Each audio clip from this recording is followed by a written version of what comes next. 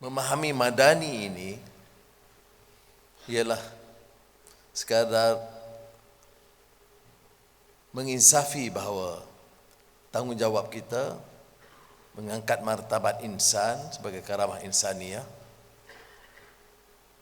yang tentunya berpaksi kepada keyakinan, nilai dan akhlak, tata kelola yang adil dan berkesan dalam sejarah. Dalam konteks sejarah tentunya kita faham tentang pengalaman junjungan besar Muhammad sallallahu alaihi wasallam dalam konteks perjanjian Madinah yang dengan sendirinya membina kekuatan umat Islam dan umat manusia. Pemerkasaan ini, pemerkasaan yang muncul dari kekuatan dan semangat pribadi membina keluarga dan masyarakat yang pada peringkat awal disebut Madinah dalam Saifah Madinah, tapi dari Madani ini akan muncul kekuatan tamadun. Dalam fiqh al-mawatanah, tokoh demokrat Islam Syekh Rashid Ghanusi menyebut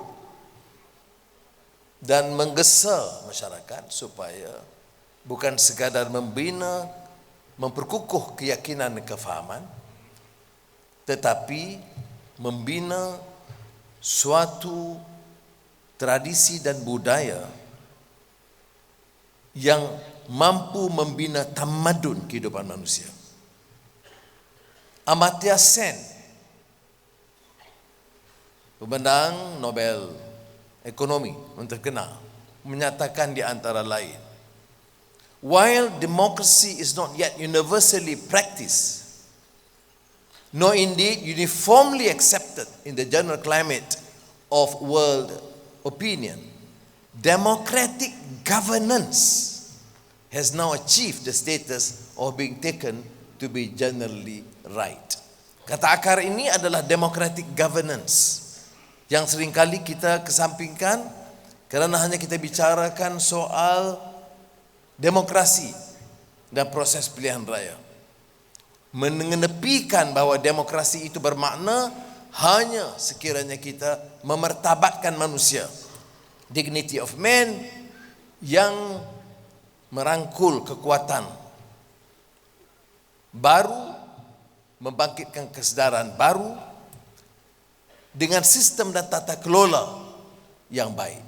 Sebab itu dalam tempoh sebulan setengah yang lalu saya tidak meninggalkan soal intipati dalam pemerintahan itu tata kelola yang baik. Negara mungkin membangun, negara mungkin runtuh.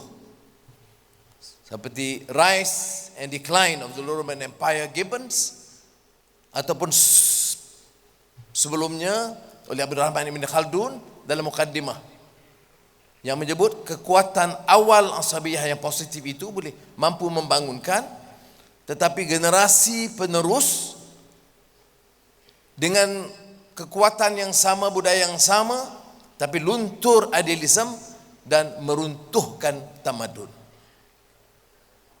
Sebab itu dalam mengungkapkan Madani ini kita menekankan tentunya pemerkasaan ekonomi, pemerkasaan budaya, tapi terasnya adalah nilai, etika atau akhlak.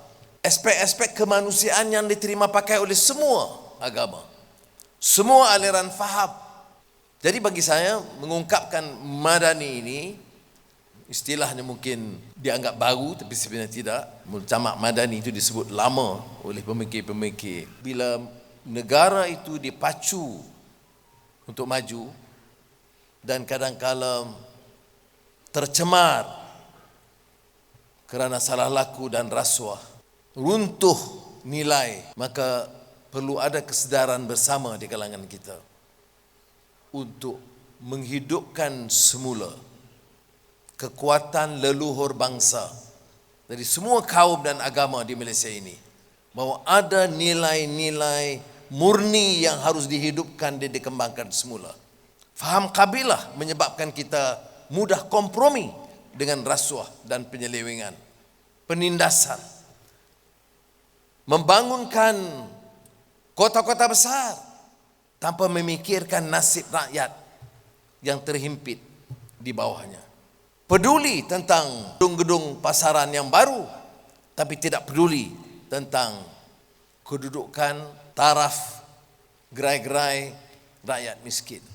Ini sebagai contoh-contoh di mana elemen karamah insaniah itu diremehkan dalam tata kelola pemerintahan.